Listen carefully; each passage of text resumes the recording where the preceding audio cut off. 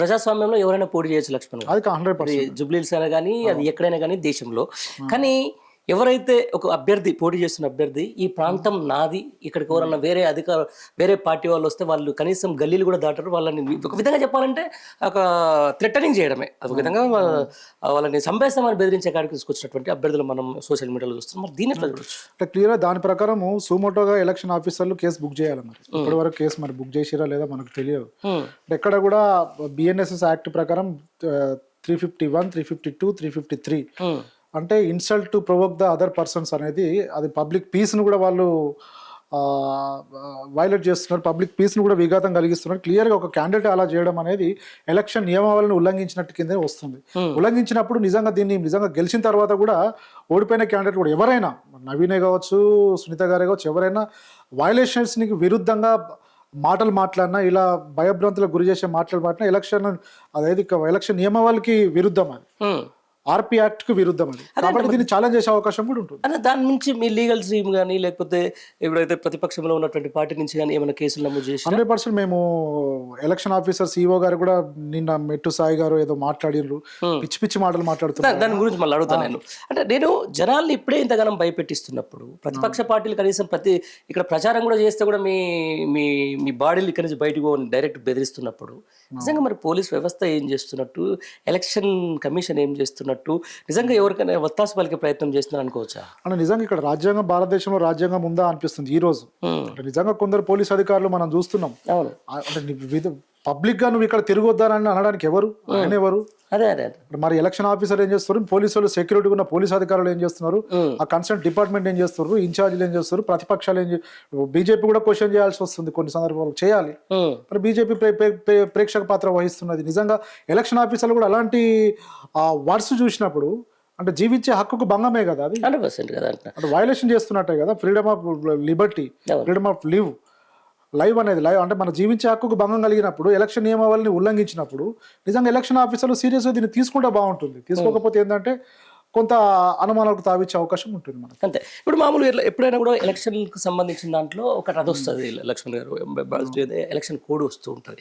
Code వచ్చినప్పుడు సరే వేరే పార్టీస్ అక్కడ ఉన్నటువంటి ప్రజలకు స్థాయిలాలో లేకపోతే అక్కడ అభివృద్ధి పనులకు ఏదో చేసే ప్రయత్నం చేస్తూ ఉంటాయి. కానీ ఇట్ సేమ్ టైం ఇక్కడ అక్కడ మైనార్టీకి సంబంధించిన కోర్టు ఉంటాయని చెప్పేసి ఈ టైంలో ఒక మైనార్టీ వ్యక్తికి మంత్రి పదవి ఇస్తామని చెప్పేసి ఎలక్షన్ కోడ్ అమలు అవుతున్న నేపథ్యంలో దీన్ని ఎంతవరకు అంటే ఇది కోడ్ వైలేషన్ కదా?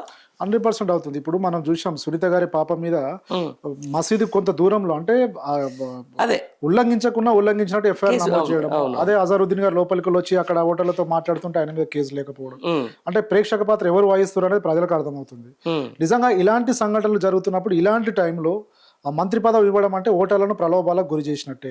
దీన్ని కూడా వీలైతే మేము తర్వాత ఛాలెంజ్ చేసే అవకాశం కూడా ఉంటుంది. రైట్. అక్కడ కమ్యూనల్ వైజ్గా చాలా వైలెన్స్ జరుగుతూ ఉంది జూబ్లీస్లో అని చెప్పేసి మేము అక్కడ వెళ్ళిన సందర్భంలో అక్కడ ముస్లిం సంబంధించినటువంటి మత పెద్దల్ని బెదిరిస్తున్నారు, ఆ తర్వాత క్రిస్టియన్ మత పెద్దల్ని బెదిరిస్తున్నారు. నేనైతే విపరీతంగా ఒక 20 మంది పోలీసులు, అటు అభ్యర్థి కాదు పోలీసులు పోయి అసలు నువ్వు ప్రచారంలో తిరగొద్దని చెప్పేసి ఆయనని బెదిరిస్తున్నటువంటి పరిస్థితి. అంటే ఇది ఎట్లా మరి ఇది కోడ్ ఉల్లంఘించినట్టు కదా లేకపోతే ఒక పార్టీకి వత్తాసు పెట్టినట్టు? ఇక్కడ క్లియర్గా ఇప్పుడు మీరు అన్నట్టు పండ్ర గారు మీరు చెప్పిన తర్వాత మీ కన్సర్న్ పోలీస్ డిపార్ట్మెంట్ వాళ్ళ మీద కూడా మేము కేసులు పెట్టే అవకాశం ఉంటుంది ఫ్యూచర్లో. అంతేనా? అలా ఎందుకంటే ఆ మత పెద్దల దగ్గర నుంచి స్టేట్మెంట్ రికార్డ్ చేసుకొని కంప్లైంట్ తీసుకొని ఇప్పుడున్న ఎలక్షన్ అధికారులకు కంప్లైంట్ ఇచ్చి దాని తర్వాత ఎలక్షన్ అధికారుల స్టేట్మెంట్ బేస్ చేసుకొని వాళ్ళు ఎంక్వైరీ బేస్ చేసుకొని కన్సర్న్ పోలీస్ డిపార్ట్మెంట్ కావచ్చు, హైకోర్టు కావచ్చు, సుప్రీంకోర్టు వరకు కూడా వెళ్ళి మేము ఈ కన్సెంట్ పోలీస్ అధికారులు ఎవరైతే సహకరిస్తున్నారో, ఎవరైతే భయభ్రాంతులకు గురి చేస్తున్నారో, అంటే ఎన్నికల నియమావళిని రూల్స్ని ఫాలో చేయాల్సిన పోలీస్ అధికారులు వాళ్ళే బ్రేక్ చేసినప్పుడు వాళ్ళ మీద కూడా యాక్షన్ తీసుకునే అవకాశం ఉంటుంది. రైట్. ఇదే విషయానికి సంబంధించి మీరు గన్ కల్చర్ కూడా తెలంగాణలో పెరిగిపోయిందని చెప్పేసి ఒక డైరెక్ట్గా కోడ్ ఆఫ్ సీక్రసీ అని చెప్పేసి ఒక మంత్రి పదవిలో ఉండి అక్కడ శాఖలో ఏం జరుగుతుందో ఏం అనేది కూడా కనీసం కుటుంబ సభ్యులు కూడా చెప్పాల్సిన పని లేదు మామూలుగా అయితే. అక్కడ ఏది మనం మంత్రి పదవి తీసుకునేటప్పుడు ఒక చేసేటువంటి ఒక ఓత్ సీక్రసీ అని చెప్పేసి. కానీ ఈరోజు ఒక దగ్గర ఏదో ఎండోమెంట్కి సంబంధించిన దాంట్లో గన్ను పెట్టి ఎవరైతే సీఎం అనుచరుడు ఉన్నాడో ఆయన గన్ను పెట్టి తమ పిఆర్ఓని బెదిరించారని చెప్పేసి కూడా సాక్షాత్ ఒక మంత్రి కూతురు మీడియా ముఖంగా చెప్పింది. దాని మీద ఏమైనా కేసులు నమోదు చేసిండ్రా లేకపోతే నిజంగా అసలు అది దేనికి పరిణామానికి దారిస్తుంది? అంటే మీరు చూడండి, ఇప్పుడు నిజంగా తెలంగాణలో రాజ్యాంగం అమలవుతుందా లేదా మనకు అర్థమవుతలేదు. నిజంగా అంత పెద్ద ఇష్యూ అంత మంత్రి కూతురే చెప్పినప్పుడు FIR లేదు ఇప్పటి వరకు. ఆ గన్ను పేల్చిన అధికారి మీద ఏది చర్యలు లేవు, ఎఫ్ఐఆర్ లేవు, అరెస్ట్ లేదు, ఉమ్, మళ్ళీ ములాఖాతు కావడం అంటే ఏంది ఇది? ఎటుపోతుంది తెలంగాణలో? ప్రభుత్వం ఏం చేస్తుంది? హోంమంత్రి ఏం చేస్తున్నాడు? రేవంత్ రెడ్డి గారు ఏం చేస్తున్నారు? ఉమ్, నిజంగా ఒక చిన్న వయసులో అవకాశం వచ్చిందండి రేవంత్ రెడ్డి గారికి. ఉమ్, దాన్ని ఎంత అద్భుతంగా వాడితే అంత పైకి వస్తాడు ఆయన. కానీ ఇక్కడ ప్రతి ఇష్యూని మిస్యూజ్ చేయడం, ఇప్పుడు తెలంగాణను కూడా చాలా డిగ్రేడ్ చేస్తూ మాట్లాడడం, డిఫేమ్ చేస్తూ మాట్లాడడం అనేది రేవంత్ రెడ్డి గారు అంత ముఖ్యమంత్రి హోదాలో ఉన్న వ్యక్తికి ఇది కరెక్ట్ కాదు. అంటే ఇక్కడ మనకు అర్థమవుతుంది అంటే ఒక ఇష్యూని తీసుకొచ్చి ప్రజల దృష్టిని మరల్చే కార్యక్రమం కూడా మనకు అర్థమవుతుంది. అంటే కొన్ని సంవత్సరాలు అవుతుంది గన్ కల్చర్ లేదు మన దగ్గర. అంటే శాంతి భద్రతలు అనేది కేసీఆర్ గారు వచ్చిన సీఎం గారు అయినప్పటి నుంచి ఇప్పుడు ఏ రోజు కూడా కమ్యూనల్ ఇష్యూస్ లేవు, గన్ కల్చర్ లేదు. అందరు ప్రశాంతమైన తెలంగాణలో ఈ రోజు చిచ్చు ఎలా రగులుతుందో మనం చూస్తున్నాం. అంటే ఇది ప్రజలకి తిరుగుబాటు. ఇప్పుడు నేపాల్ మనం చూసినాము, శ్రీలంక మనం చూసినాము.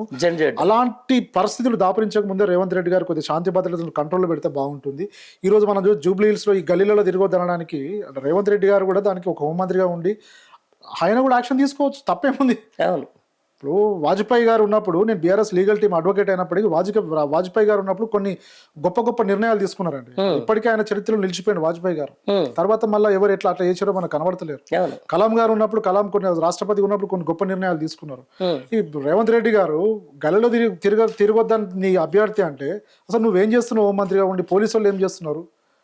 మేము లీగల్గా ఎన్నిక ఎలక్షన్ ఆఫీసర్లకు కంప్లైంట్ చేస్తున్నాం.